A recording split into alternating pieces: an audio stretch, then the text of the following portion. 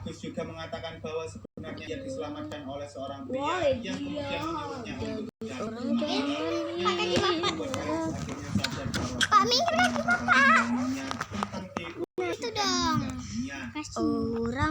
Francis tak bisa mempercayai Agus begitu saja, sehingga ia pun mengurung si Agus di dalam ruangan generator. Lalu ia mengunci ruangan itu dari luar sambil menunggu apakah Agus terinfeksi oleh virus zombie atau tidak.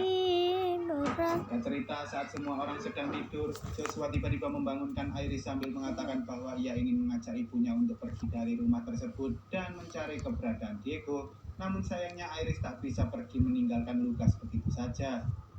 Tampaknya Joshua sudah tahu bahwa ia sebenarnya bukanlah anak kandung dari Francis, melainkan ia merupakan anak dari hubungan gelap Iris dengan Diego, yang mana itu menjelaskan mengapa Francis selalu bersikap keras padanya.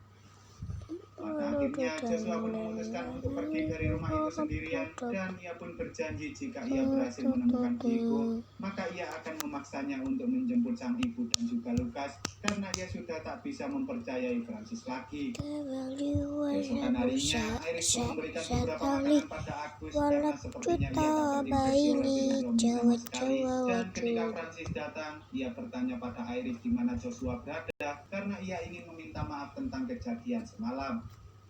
Meski begitu, Iris tak berani mengatakan apapun, bahkan Lucas juga mengatakan bahwa ia tak tahu di mana keberadaan kakaknya. Dan setelah Francis melihat pintu rumahnya yang sudah terbuka, ia akhirnya sadar bahwa Joshua ternyata sudah kabur dari rumah itu. Tanpa berlama-lama, Francis pun mengambil sebuah palu, kemudian ia langsung memukul kepala Agus dengan menggunakan palu tersebut, hingga Agus seketika meninggal dunia. Bahkan Francis juga memukul Iris dan membuatnya tak sadarkan diri. Saat Iris terbangun dari pingsan, ternyata ia kini sudah berada di dalam ruangan generator bersama Lucas yang saat itu terlihat sangat ketakutan. Sementara Francis malah asik makan di depan tubuh si Agus sambil memainkan mainan tentara-tentaraan milik Lucas. Tak lama kemudian, tiba-tiba Francis membuka ruangan generator itu sambil memakai pakaian milik Agus. Dan tak hanya itu, ia juga mengatakan bahwa ia baru saja memasak daging yang sangat lezat, sehingga ia menyuruh Iris dan Lucas untuk membantunya menghabiskan daging tersebut. Meski begitu, Iris menyuruh Lucas untuk tidak memakan daging itu karena seingatnya mereka tak punya persediaan daging sama sekali, yang mana itu menandakan bahwa daging yang baru saja dimasak oleh Francis tak lain merupakan daging dari si Agus.